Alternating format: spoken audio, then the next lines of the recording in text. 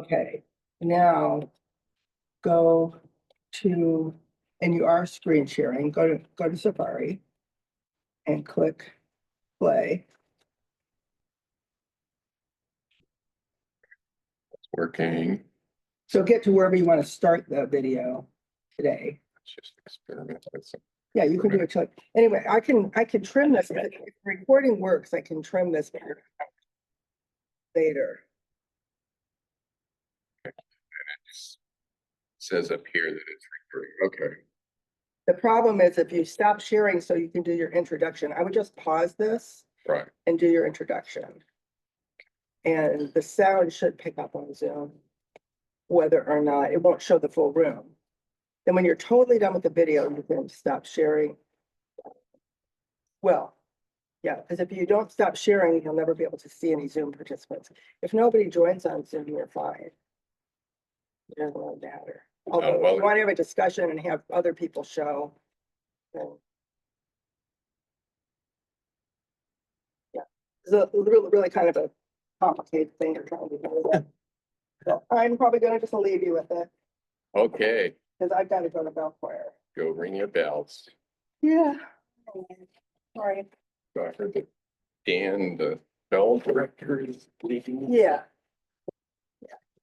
But he has a replacement in mind. Gabby. So, oh, Gabby's been doing it. Yep. Has Gabby ever directed a go bell choir? Yeah, she has. Well, she hasn't ever had it as a job, but she was in a bell choir and she has directed bells before. And she's subbed for us sometimes. So she's capable. She wants to do it. Cool.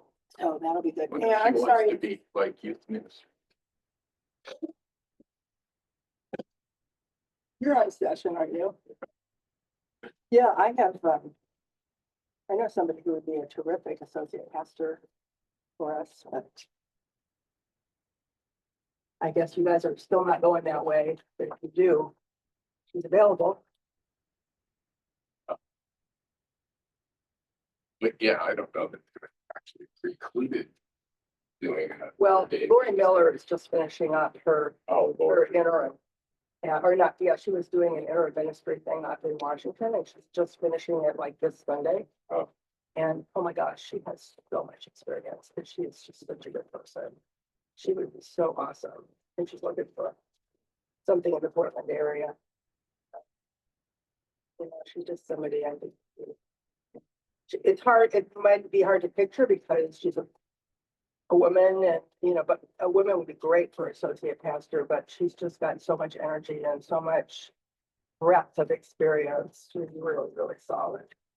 She'd be really good for community building and I'm sure she'd be interested. She might be interested in taking on children. That old. We were talking about this same Lori who was associate pastor here before, right? Years and years ago.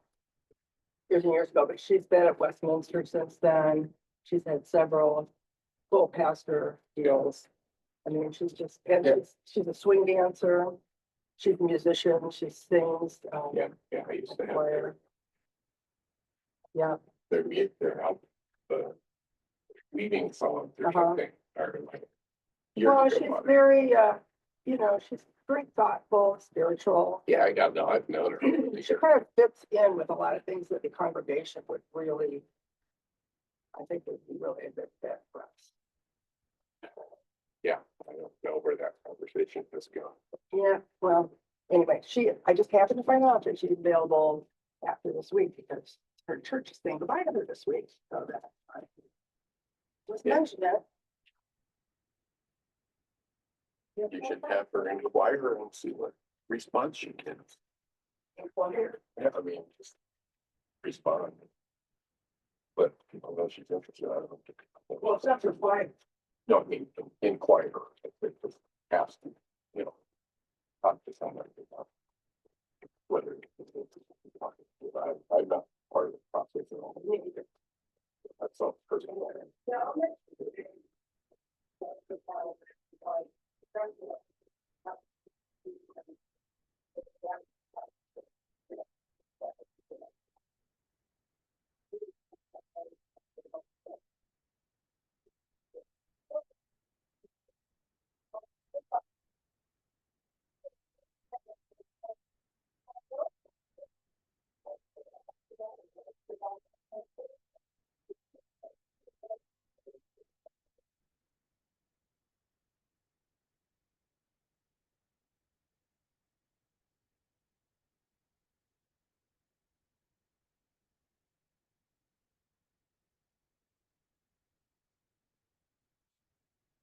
So how are things with you guys? Okay, we've Keep on keeping on? been.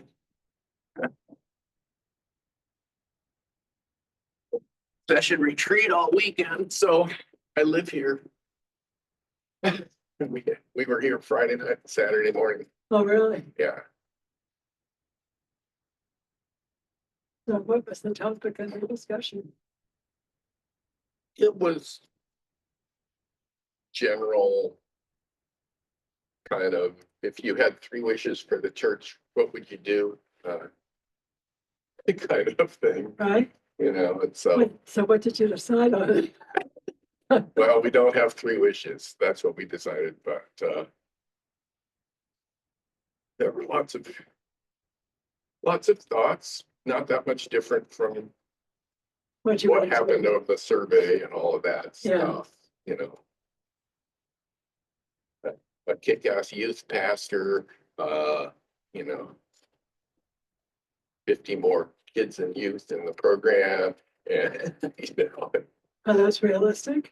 no, I just said, this is like dreaming, if, Yeah. if you could dream of that Oh, future. boy.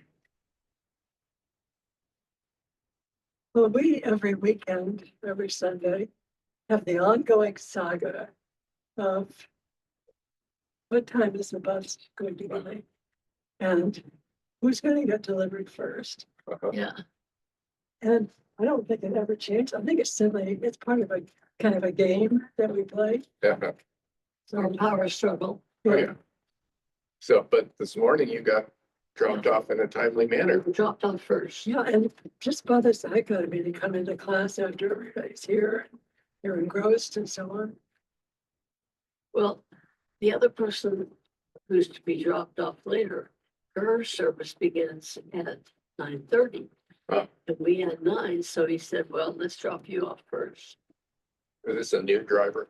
No, No, he doesn't usually drive on the weekends. Oh, I But he's see. filling in. well, the problem is that the driver who used to deliver us here got caught. Yeah, you told me this. That seems reasonable, that you probably don't continue that. Yeah. But I hate coming into class late. It's a distraction. Yeah. Yep, it is. And you missed the first part. Right. Which is not The most important part. It talks about what you're going to be talking about. Yeah, we have floated the idea, although I have floated, haven't received any response, that some churches that have successful adult education programs do something like a 10:30 worship service and a 9:15 class start, and have a full period of socializing between the two.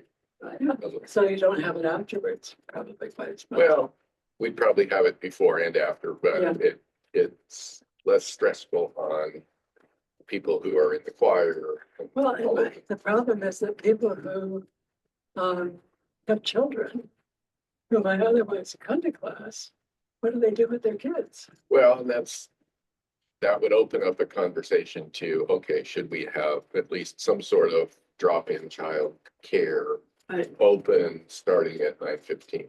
Yeah. So, I mean, it's true. If, people who have kids have a hard time singing the choir, being part of tech setup, being, getting involved with anything that involves before worship activity. Right. So Dan, would you mind in 2 sentences reviewing what we talked about last week? I had to go to choir. I wasn't in on the discussion, but it was, Oh, you led the discussion. now Kathy led the It was so discussion. good. Oh, okay. You weren't here. Well, I was at the beginning, but I left about Yeah. 9:15. What was the beginning? It was David Brooks talking for about 20 minutes, and then you Oh, but you- guys, Oh, that's right. Okay, yeah, okay. Well, he's a changed person. I think he's still kind of marveling over it himself, don't you? It's You know, kind I of, mean, this is not where I used to be.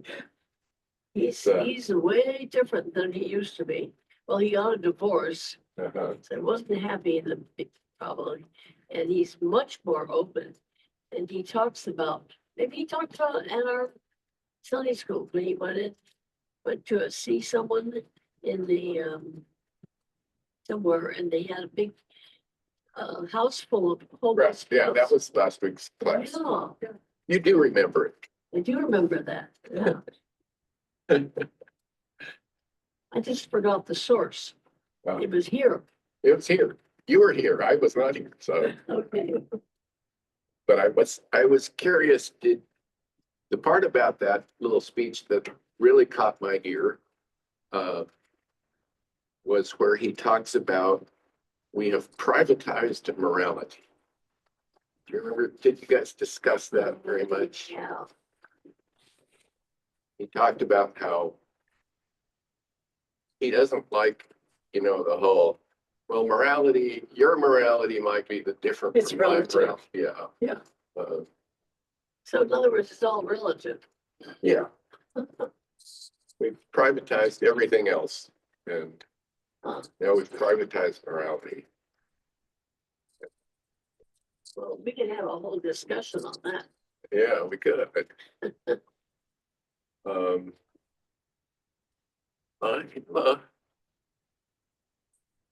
I've been told by Kathy I don't want to stop sharing and then reshare, which means I can't tell who else is on video or is on Zoom. Do we have anybody on Zoom? Well, when does this class usually begin? 9 o'clock Oh, it was or so. after that. This is Kirsten. I am on Zoom. And it looks like Okay. there's one other person maybe on Zoom. Okay, thanks, Kristen. This is Di. I'm on Zoom also. Okay, well, let's start the next part of this video and see if anybody else joins us while we're watching. No,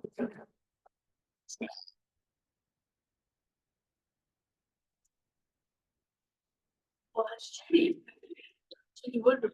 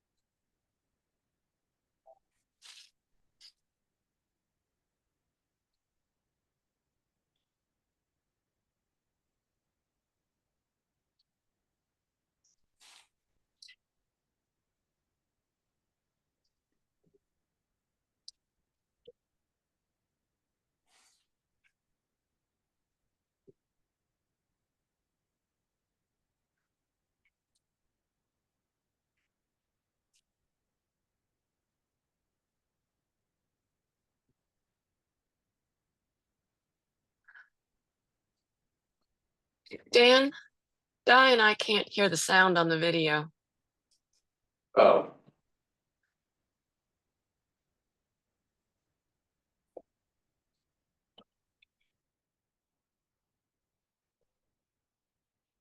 I don't know. Yeah, I mean, if you can't fix it, then you can't fix it. And I know some of this tech stuff gets complicated really fast. So you're getting no sound. You can hear me, but you can't hear the video. Correct. Right. Okay.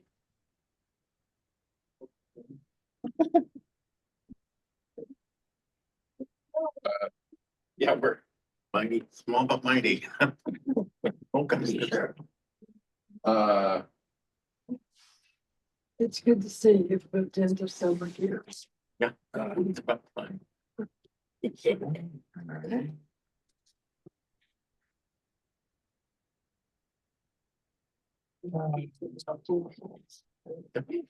Okay, I'm gonna stop and restart the share. And it'll probably stop recording, and then I don't know what's gonna happen. 10 minutes in already. Oh, there's, there's. See you. See you. Just read your column. Back to sharing. Oh, Shares. Yeah. About the new pope. Yep, Uh, yep. Let's try this. You got feedback, Not too often. huh? Not too often. Really? My Sunday people have forgotten. Just like- To the I'm Pope. so sure. And so that's been Can you very hear me now? hard. And if Yes, I I could can get a hear little now. partisan, I once was at the Metropolitan Museum of Art, and we were standing in front of one of the portraits of George Washington with a friend. And my friend, his family goes back to the Revolutionary period. And while he is not a direct descendant of George Washington, because I think no one is, but he is a remote descendant. And we were standing in front of the portrait, and we were in our 20s back then. And he said to me, "What's it like for you thinking of Washington as the father of your country? Because he really is my relative and my father, but he's not your relative." And I thought, that had never occurred to me. Like, of course he's the father of my country. And so being an American and having been raised by immigrants, it's just such a proud part of my identity. And of course we have sins and we all know them, and of course we screw up in all sorts of ways. But I've always thought we're the country that defeated fascism, that defeated communism, that did the Marshall Plan, that did PEPFAR. That when we make mistakes, which we do, Vietnam, Iraq, it's usually mistakes out of stupidity, arrogance, naivete. It's not because of ill intention. And over the last month or two, I thought, are we really still a good country when we're voting with North Korea and Russia in the United Nations? And when we seem to lean toward policies that are really about extracting from a vulnerable Ukraine? And so that's been, I don't know about everybody, we've all had this experience, but I found that tremendously demoralizing to my identity, to not feel. And it's felt like a moral injury, a sense of almost shame, that I can't look at my country and the world and see, well, we may be dumb, we may be naive, but we're trying. And so to have an amoral approach to foreign policy, I think I experienced it, and I think a lot of Americans do, as sort of a moral injury. Deep breath. I think everybody here, and today the program was, as you can imagine, about what More Perfect is all about, democracy goals, trying to, through civic education, volunteer work, trusted elections, and media and so on, getting to a place where we are a closer, better country. At the same time, realizing that we are in a very difficult place right now, and trying to understand how we make that connection or disconnection. Do we shut it out and focus on the morality and the spirituality that you just described so beautifully? Do you weave it together? I think a lot of people are struggling with, how do you do the important work that needs to be done at the same time you do the necessary reacting to what's happening, right? Yeah, that's a good question. I'm guided by a sentence from the late senator from New York, Daniel Patrick Moynihan, who said that the central conservative truth is that culture matters most, and the central liberal truth is that government can change culture. And so to me, focusing on the doings, the people we talk to when we go on our travels, like the doings of people who are working at the civic level and at the local level. To me, the big problem, the big social number to pay attention to is social trust. And there are two kinds of trust. There's institutional trust. Do you trust your institutions? And we've gone from about 70 or 80% trust in institutions to about 16.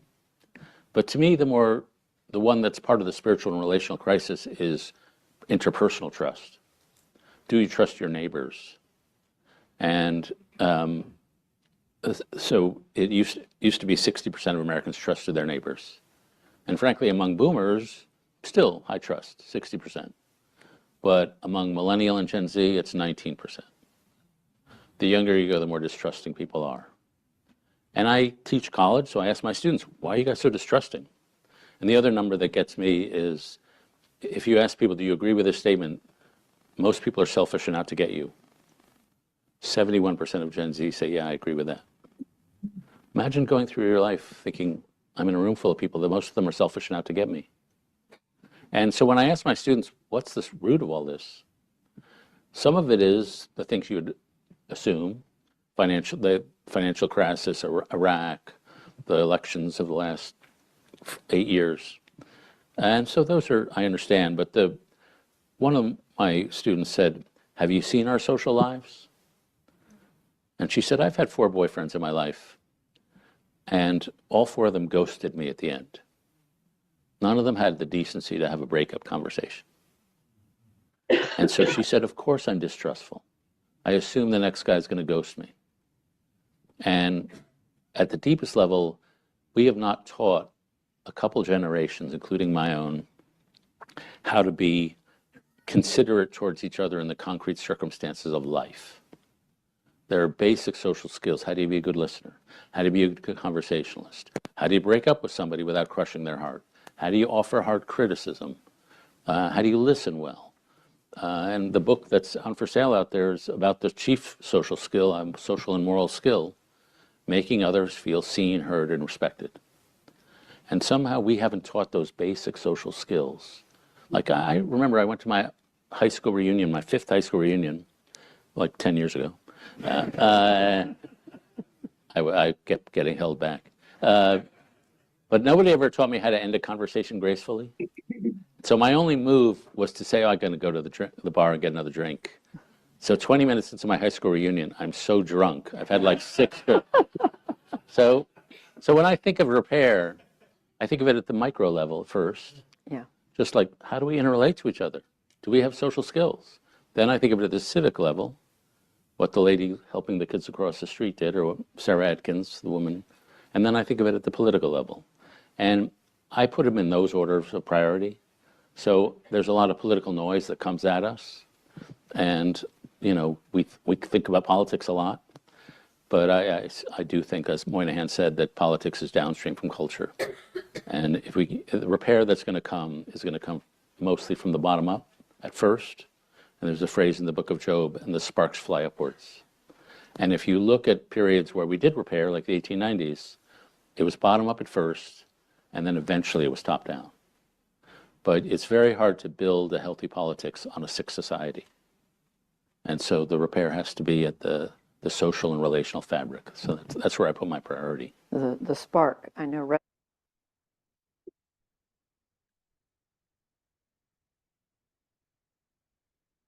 All right, I'm gonna pause there so we can kind of share any thoughts we have on those first 2 questions that he just addressed. And Di and Kirsten, just speak up if you want. So the first question was basically about moral injury and how what's been going on in the country has been damaging to his sense of what it means to be an American. And the second question about social trust. Those are some pretty stark numbers. And especially how different it is for the younger generations than it is for us old folks, in terms of trusting our neighbors and so forth. So any thoughts on any of that before we go on to another question?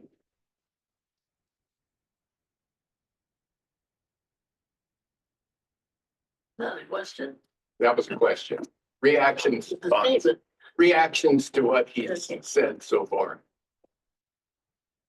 Do you think it's true? Do you have the same sense of injury about what's going on right now? You know, I'm in my 70s, so most of my life I've trusted character of human beings in my country, trusted that we'd all that have basically the same values when it comes to democracy and all that. And so part of what being alive today is the shock that so many people, even of my generation, have abandoned those. When Shock we've and awe. trusted those all our lives. What? Shock and awe. Yeah. So that's part of it, but by the same token, I realized that people my daughter's age and younger, well, certainly people in their 20s and younger, they've not had the same experience, right? Well, I think they've discovered that what the older generation has always believed doesn't quite work for them. So they're kind of wiping this slate clean to start over. And I don't think that's all bad. We're never ready for change. Yeah. And that's a tough one. It's a good point. Yeah, I'm also reading some of the philosophy behind all of this tear it down and start over. And it's kind of depressing because it's kind of the whole approach as well. The same sort of people who said tax cuts and trickle down economy and moving all our manufacturing to Mexico and all of the economic things that have happened over the last several decades. And now that's led to a few people with a lot of money funding think tanks that put out stuff about how, well, constitutional democracy was never going to work. The whole thing's a failure. And that thinking is behind a lot of what's going on right now. It's just the whole Manufactured thinking to justify the immorality of today. Yeah. The concept of what's immoral, I think has changed. Yeah. Yeah. But I guess I'm saying it's like building a house and not doing any maintenance on it and letting it fall to pieces. And then concluding, oh, I never should have built this house in the first place. It was doomed from the beginning, and not rather than saying, oh, I guess we just haven't done a very good job of maintaining it. David would agree with you.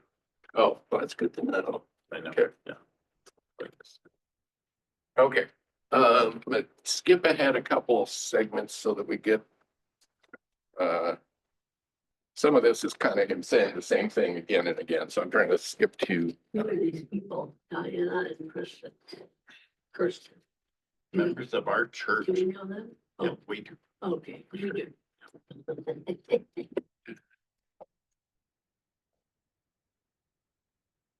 Good. I suppose so.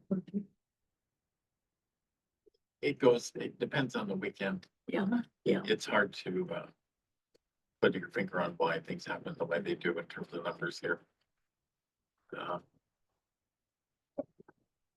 yeah. So in terms of Southminster and what we're talking about, I mean, is this like a little bubble of the old world thinking? I mean, because we're mostly older folks, not all, but mostly.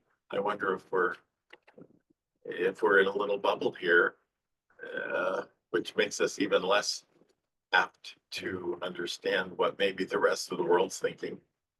But at the same time, it feels safe. You know what I'm saying? Yeah, no, I know exactly what you're saying.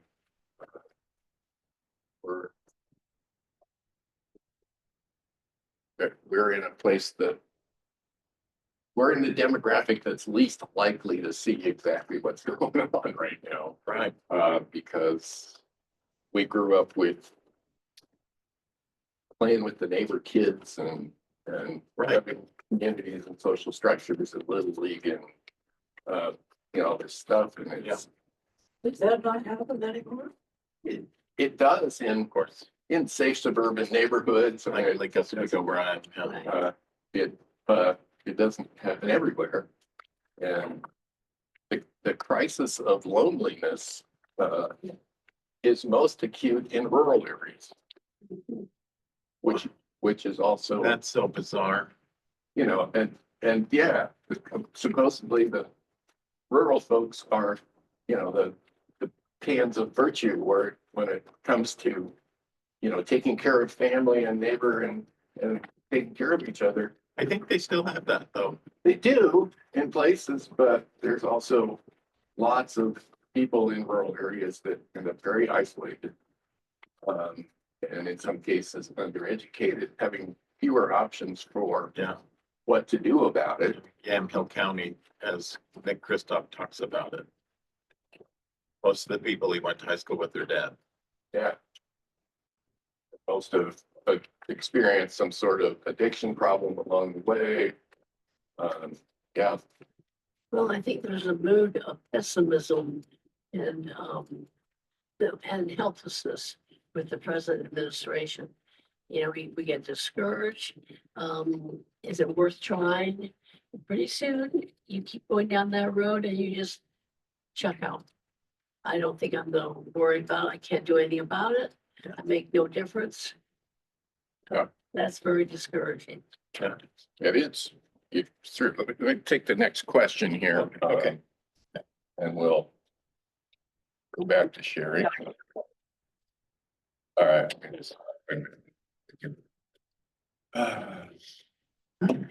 Where's my sharing? There's my sharing. There we go. Okay. Sharing.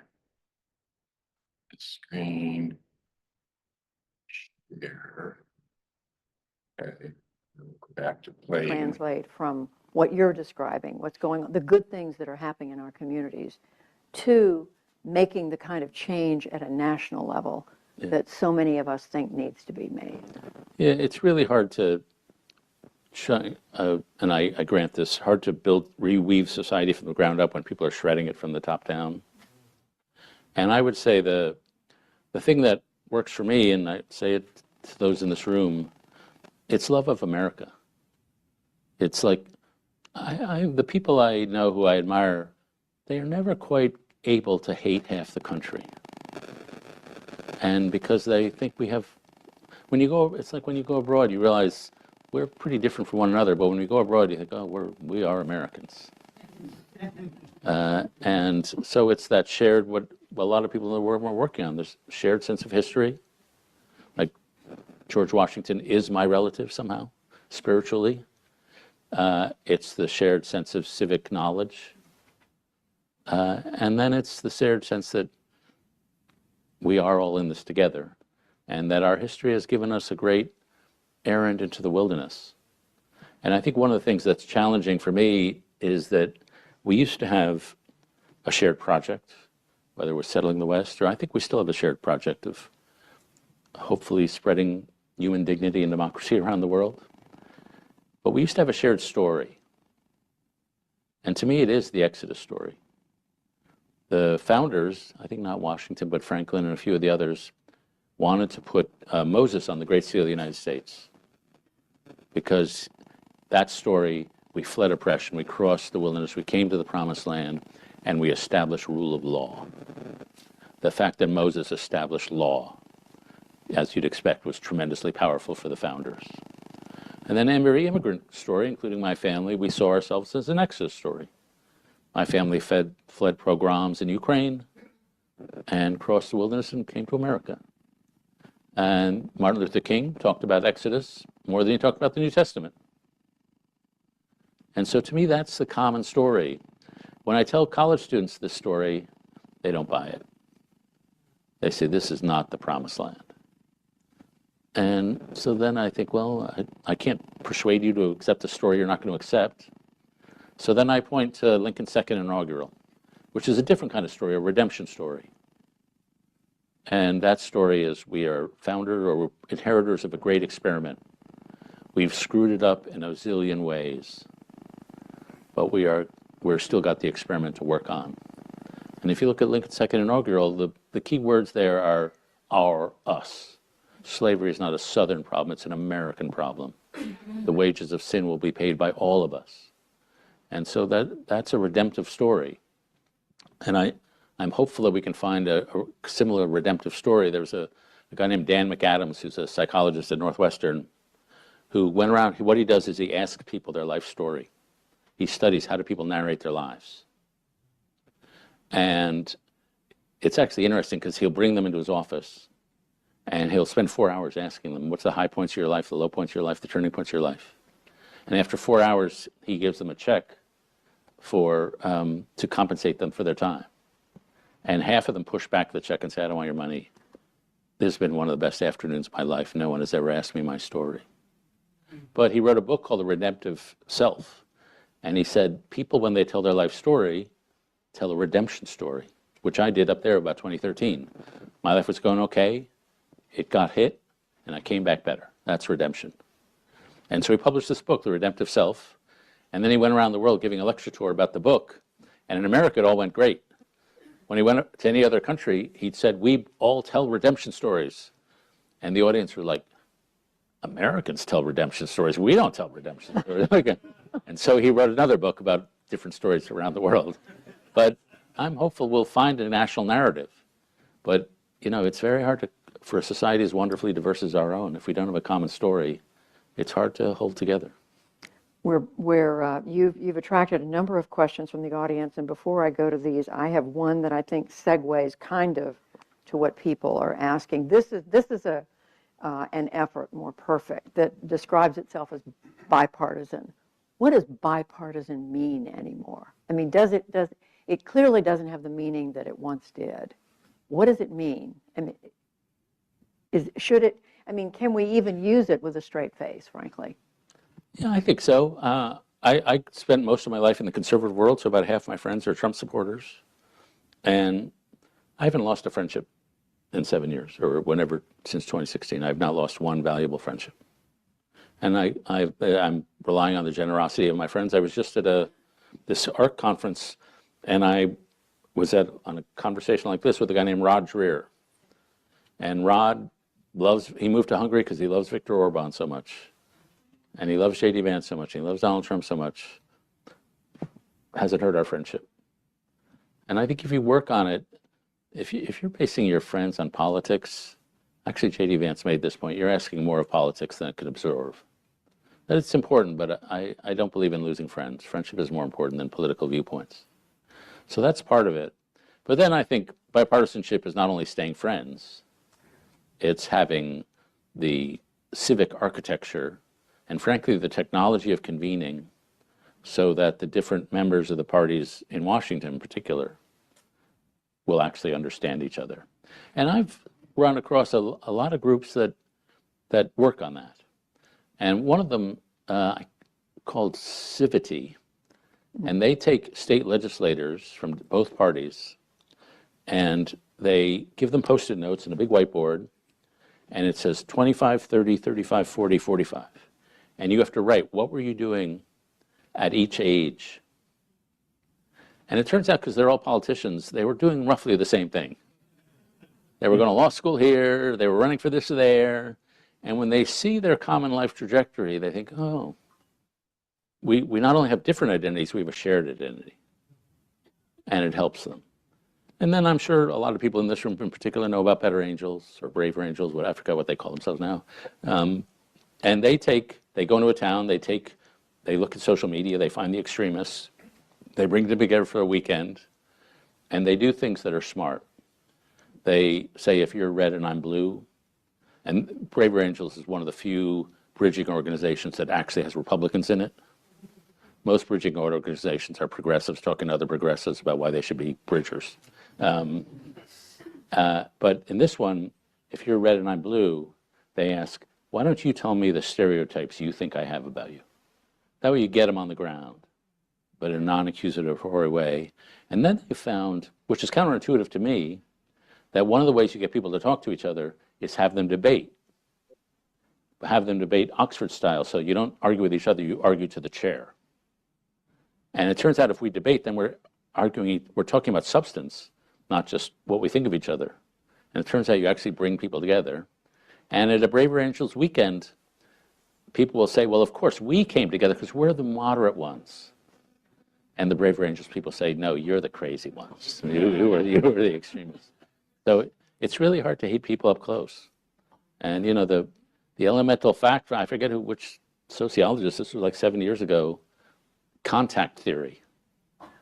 You bring people together, you have them have a drink together. It's hard to hate people up close.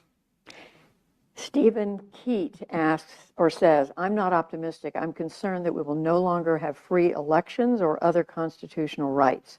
Why am I wrong? You might be right. But I would say just in one measure, the court system, Trump-appointed judges over the last X number of years have done their job, pretty much. He did not win the 2020 challenges. They've done their job. The military, I can't tell you how much every military person I've ever met wants to stay out of politics. They're going to do their job. And I don't know what will happen to the civil service, but I think the people I know who are in there are hanging in there. And, a lot of people I know who are threatened and are terrified. As I say, they're conservatives. They just don't like the idea of the Doge boys having access to the nuclear codes. Like, I don't know why that would bother them. But so I just have basic faith in the institutions. And political grounds, here's what I think is going to happen. In my view, and again, I don't want to be partisan, but I'm drifting that way.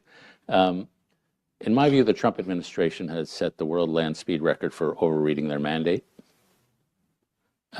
In my view, a lot of things that have happened already are Americans don't like chaos. And when I would not have expected that our withdrawal from Afghanistan would hurt Joe Biden as much as it did, but Americans don't like the sense of chaos. They want to have a sense somebody's in control here. And I think a lot of the chaos is going to upset people. And then if you look at the economic numbers, there's warning lights all over the place all of a sudden. Walmart is reporting low sales. They're being downgraded. And then inflation is ticking up.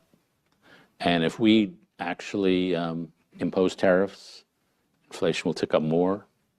If Trump passes a $4.5 unpaid for $1 trillion tax cut, inflation will tick up more. These, in my view, are just the laws of economics. And so I think we're at the first burst high water mark of the Trump presidency. And my theory is that he, like all politicians, loves his popularity more than any specific idea. And if something is hurting his popularity, he will U-turn on it, as he already done to the freeze on federal spending, as he did when they accidentally fired the people who run the nuclear system. And so I think like any administration, there'll be decay. The first Trump term, I knew a lot of people who worked in it. It was not a happy place to work. I had a dinner party, my wife and I, in the first term, and we had a couple couples, or maybe three, who had served in the Obama administration, and three who had served in the Trump administration. And there was one poignant moment when a woman who served in the Trump administration, who'd come up here from Texas to serve in the Department of Energy, turned to the Obama folks and said, "Did you guys have camaraderie in your White House?" And every administration I've covered, you know this, of course they have camaraderie. They have their band of brothers in there. They're working 18 hours a day. They're like, yeah, we are in it. And Obama people said, yeah, we had intense camaraderie. And this young woman from the Department of Energy said, we don't have any of that. And so that's just a hard way to run an administration. And so the Doge folks may look powerful now, but I just don't think they know what they're doing. I think they're like NIH. There are many ways to reform NIH. They picked one that has been talked about for years and rejected by all parties because it's just not workable. And when you're trying to do so much so fast, you're bound to make gigantic errors. So in my view, there will be decay within the administration that'll make it less powerful. And then for those of us who want every administration to succeed, adjustments. Let's stop there and see what thoughts you have about First of all, his optimism that the guardrails are going to hold. Yeah. What do we think about that? Maybe even agree on what the guardrails are.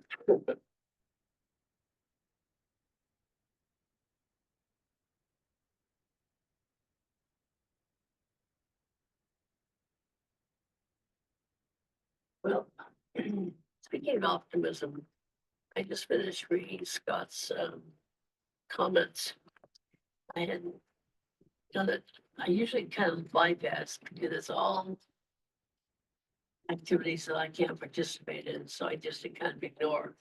But this was powerful, and it gave me a sense of optimism.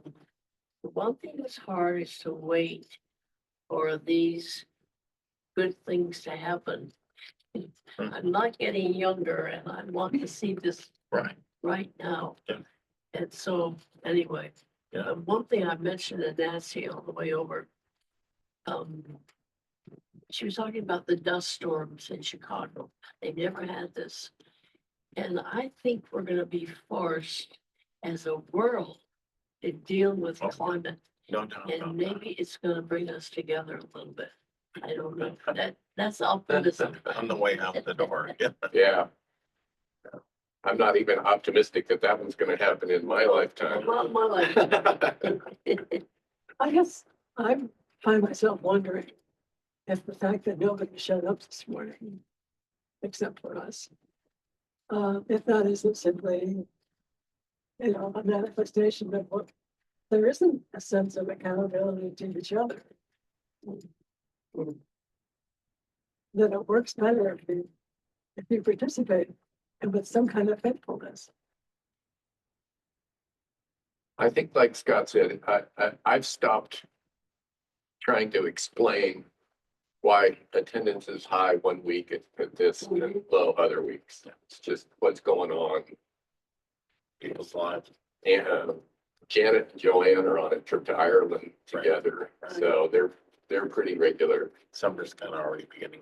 So, yeah, there was, last week's attendance was low on Mother's Day Sunday, and the old rule of thumb was, It was second to Easter. was it? Yeah, oh, when, maybe not second, I mean, second But to, I think I'm talking about accountability in the wider sense. right. This is Yeah. just maybe a This is such an important topic. We should all be here together. Yeah. I know what you're saying. Yeah. There's so many thoughts go through, our minds about all this.